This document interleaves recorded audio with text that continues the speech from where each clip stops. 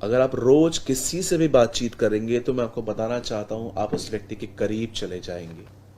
और जैसे इंसान करीब चला जाता है उसके बाद एक इंसान को उसकी आदत सी हो जाती है रोज उससे बात करने की, रोज उसको देखने की, रोज उसकी आवाज को सुनने की। और कई बार जब ये हमें नहीं मिलता तो हम फिर सामने वाले पे ब्लेम करते रहते हैं कि आप ऐसे हो, आप वैसे हो।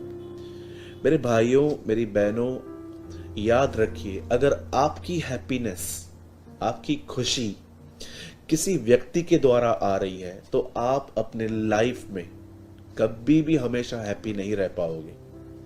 क्योंकि इंसान का मन, इंसान के मूड्स बदलते रहते हैं, उनके मूड्स स्विंग होते रहते हैं। एक आदमी अगर खुद खुश है तो वो आपको थोड़ी बहुत खुशी दे सकता है, पर अगर एक आदमी खुश नहीं है तो वो आपको कभी खुशी नहीं दे सकता। आपने पढ़ा होगा पतरस और यूहन्ना प्रार्थना करने के लिए मंदिर जा रहे थे। रास्ते पर उन्हें उस मंदिर के पास में उन्हें एक भिखारी मिला जो जन्म से ही लंगड़ा था। बाइबल बताती है वहां से आने जाने वालों से वो भिखारी उन लोगों से मांगता रहता था। एक दिन पतरस और यूहन्ना जब वहां से जा रहे थे तब इस भिखारी ने इनसे भी कुछ मांगा। और पतरस और यूहन्ना ने एक बात उनको कही कि सोना और चांदी हमारे पास नहीं है, पर जो हमारे पास है वो हम तुझे देते हैं। जो आपके पास नहीं है आप वो किसी और को नहीं दे सकते। अगर आप देने की कोशिश भी करेंगे 2 या 3 दिन दे पाएंगे, उसके बाद आप फ्रस्ट्रेट हो जाएंगे। पर मैं आपको बताना चाहता हूं आप लोगों को वही दे सकते हो जो आपके पास है।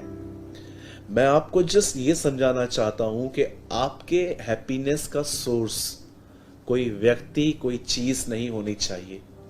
आज मेरे हाथ में देखिए, मेरे हाथ में एक सेल फोन है, ठीक है, ये मेरे हाथ में एक फोन है। कल अगर मैं एक नया फोन ले रहा हूं तो शायद मैं 2-3 दिन बहुत हैप्पी रहूंगा कि मेरे हाथ में एक नया फोन है, इसमें नए नए ऐप्स हैं वगैरह वगैरह, technology day by day renew होती जा रही है। फिर मैं किसी और फोन को देखूंगा जो इससे अच्छा है तो मुझे मन होगा कि मैं इसको लूं, फिर मुझे इसके साथ मजा नहीं आएगा। इंसान की इच्छाएं कभी कम नहीं होती हैं, हमेशा आप इस बात को याद रखिए। आज बहुत सारे लोग अपनी लाइफ में जानते अपसेट क्यों हैं, क्योंकि उनके हैप्पीनेस का सोर्स ही उन्होंने रॉन्ग चूज किया है। बहुत सारी पत्नियां हमेशा चाहती हैं कि उनका पति उन्हें खुश रखे, पर मैं आपको बताना चाहता हूं ये डिजायर रखना बात गलत नहीं है, लेकिन ऐसा हमेशा होता नहीं है। बहुत सारे पति हमेशा अपनी पत्नी के साथ यही करते हैं कि वो हमेशा उनसे अच्छा चले, लेकिन ये हमेशा पॉसिबल नहीं है। बहुत बार हम बच्चों से उम्मीद करते हैं, बड़ों से उम्मीद करते हैं, पास्टर से उम्मीद करते हैं, लीडर से उम्मीद करते हैं, जॉब से उम्मीद करते हैं कि जॉब अच्छी चलनी चाहिए, सैलरी बढ़नी चाहिए। मेरे भाइयों, मेरी बहनों, मैं आपको बताना चाहता हूं सब चीजें खुदा के हाथ में छोड़ दीजिए, पर अपनी हैप्पीनेस और अपनी रिस्पेक्ट के लिए एक ही पर्सन को चूज कीजिए और वो है परमेश्वर, जो आपको कभी फेल नहीं करेगा, कभी भी नहीं। आज से बहुत साल पहले प्रभु यीशु मसीह का प्रचार करने की वजह से एक व्यक्ति जेल में गया। आप सभी जानते हैं उसका नाम पौलुस था।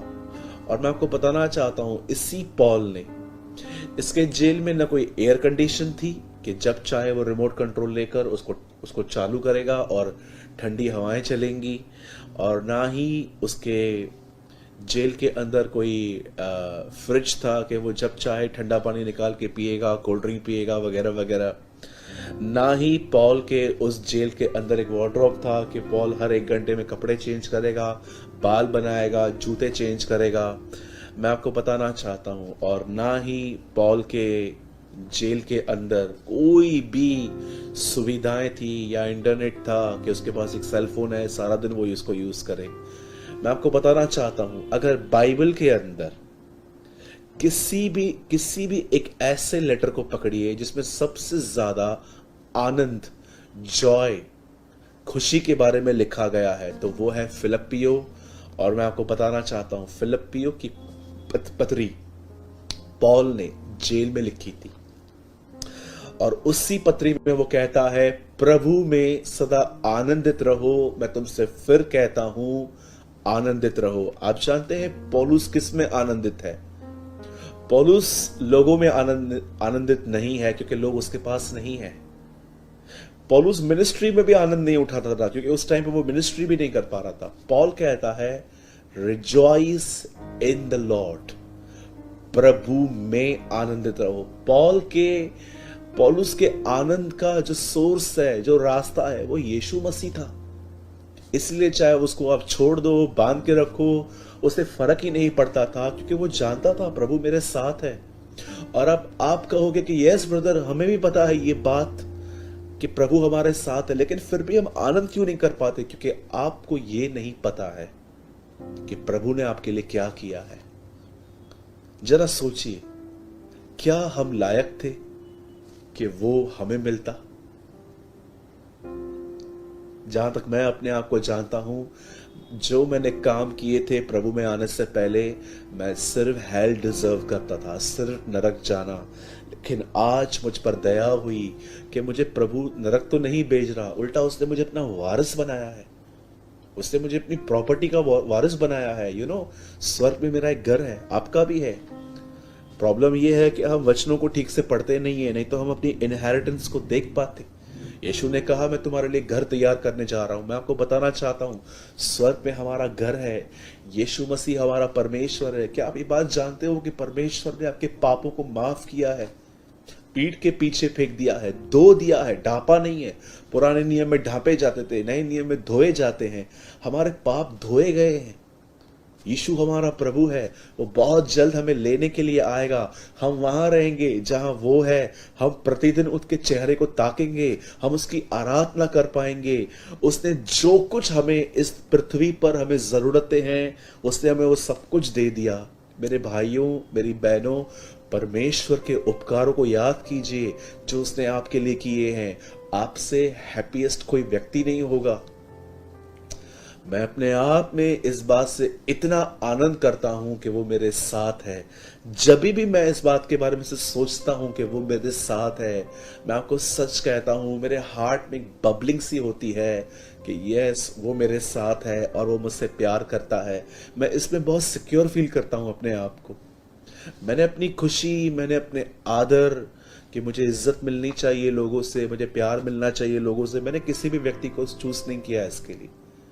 मुझे मिलता है, मैं उनको भी धन्यवाद देता हूं जो मुझे प्यार करते हैं, और मैं उनको भी धन्यवाद देता हूं जो मेरी इज्जत करते हैं। लेकिन कल अगर वो मेरी इज्जत नहीं करेंगे, कल अगर वो मुझसे प्यार नहीं करेंगे, तो मैं आपको बताना चाहता हूं, ये चीजें मुझे उतनी डिस्टर्ब नहीं करेंगी जितनी ये चीजें मुझे पहले डिस्टर्ब करती थी। मेरे भाइयों, मेरी बहनों, अगर आज के बाद अगर आप ये देख रहे हो कि कोई व्यक्ति आपसे पहले बहुत पूछता था, आप कैसे हो, खाना खाया कि नहीं, ये वो वगैरह वगैरह, अगर आप देख रहे हो कि अब वो व्यक्ति आपसे उतना नहीं पूछता, तो मैं आपको बताना चाहता हूं, उस व्यक्ति से नफरत मत कीजिए। उस आदमी के लिए नेगेटिविटी अपने अंदर मत रखिए। मसीहत आज भरी पड़ी है ऐसे लोगों से जिनके अंदर नेगेटिविटीज है, जिनके अंदर नकारात्मक सोच है लोगों के लिए। आप उनसे बात करोगे तो आपको पता चलेगा कि उनके अंदर कितनी नफरतें हैं लोगों के लिए। उनको पता भी नहीं चला है कि डेविल ने उनको कैसे फंसा दिया है और कैसे अपने ही भाई बहनों के खिलाफ कर दिया है। मैं आपको बताना चाहता हूं मेरे भाइयों और बहनों, अगर आपको कोई प्यार नहीं देता, कोई इज्जत नहीं देता, ऐसे लोगों से नफरत मत करो। एक्चुअली ये लोग आपको संदेश दे रहे हैं कि उसकी तरफ फिरो जो हमेशा प्यार करेगा। इसलिए मैं आप में से हर एक से विनती करता हूं, आप में से जितने भी लोग मुझे शालोम से देख रहे हैं, अलग अलग जगहों से देख रहे हैं, मैं आप सबसे कहना चाहता हूं, मेरे भाइयों, मेरी बहनों, अपने प्यार और इज्जत का सोर्स किसी व्यक्ति को मत बनाइए, चाहे वो आपके कितना भी करीब क्यों न है। हमेशा ये बात याद रखिए, आपका प्यार और आपकी रिस्पेक्ट परमेश्वर की तरफ से आनी चाहिए। यीशु मसीह ने कहा, जैसे मैं उसके प्रेम में बना रहता हूं, वैसे तुम भी मेरे प्रेम में बने रहो।